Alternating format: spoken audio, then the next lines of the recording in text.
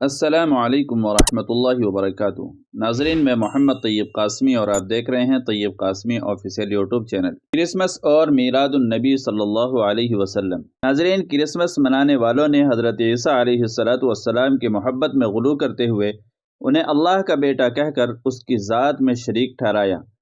میلاد النبی منانے والوں نے نبی صلی اللہ علیہ وسلم کی محبت میں غلو کرتے ہوئے انہیں نور من اللہ یعنی نبی اللہ کے نور کے ٹکڑے ہیں کہہ کر اللہ کی ذات میں شریک ٹھہرایا۔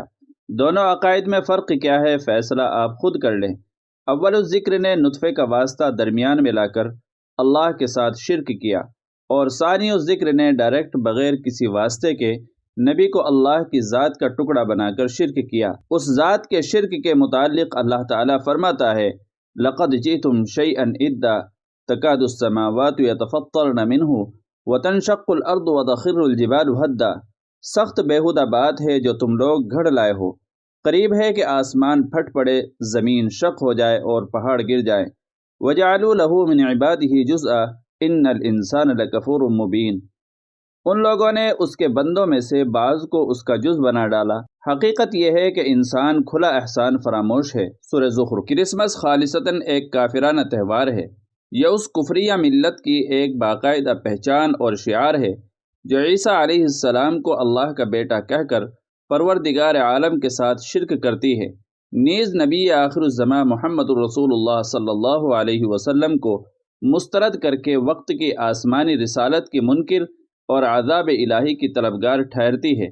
کرسمس کے اس شرکیہ تہوار کی وجہ مناسبت ہی یہ ہے کہ ان ظالموں نے بقول اس دن اللہ کا بیٹا یسوع مسیح پیدا ہوا تھا، کبرت کلمۃ تخرج من افواہہم ان یقولون الا کذبا، بہت بڑی بات ہے جو ان کے منہ سے نکلتی ہے، نہیں بولتے یہ مگر بہتان۔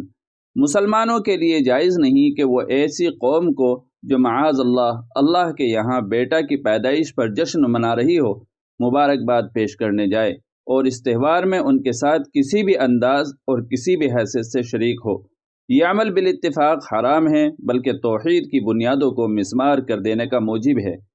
ہر مسلمان خبردار ہو، اس باطل کرسمس کے تہوار میں کسی بھی طرح کی شمولیت آدمی کے ایمان کے لیے خطرہ ہے۔ اس گناہ کے مرتکب پر واجب ہے کہ وہ اس سے تائب ہو، تاہم اگر وہ اہل اسلام کے کسی حلقے میں راہبر جانا جاتا ہو تو اس کے حق میں لازم ہے کہ وہ اپنی توبہ کا کچھ چرچا بھی کرے تاکہ روز قیامت اس کو دوسروں کا بار گناہ نہ سمیٹنا پڑے۔ ایسے معلوم شعائر کفریہ سے دور رہنا تو فرض ہے ہی، ایمان کا تقاضا یہ ہے کہ ایک مسلمان اس ملت کفر سے کامل بیزاری کرے۔ کرسمس ایسے معروف نصرانی تہوار کو محض ایک سماجی تہوار کہہ کر اس کے لیے جواز پیدا کرنا گمراہ کن ہے۔ ہمارے اسلامی تصورات اور اصطلاحات کو مسخ کرنے کی جو سرتوڑ کوششیں اس وقت ہو رہی ہیں، اہل اسلام پر ان سے خبردار رہنا واجب ہے۔ ذمیوں کے ساتھ حسن سلوک سب سے بڑھ کر صحابہ کرام رضوان اللہ علیہم اجمعین کے عہد میں ہوا، مگر ان کے دین اور دینی شعائر سے بیزاری بھی سب سے بڑھ کر صحابہ کرام رضوان اللہ علیہم اجمعین کے یہاں پائی گئی۔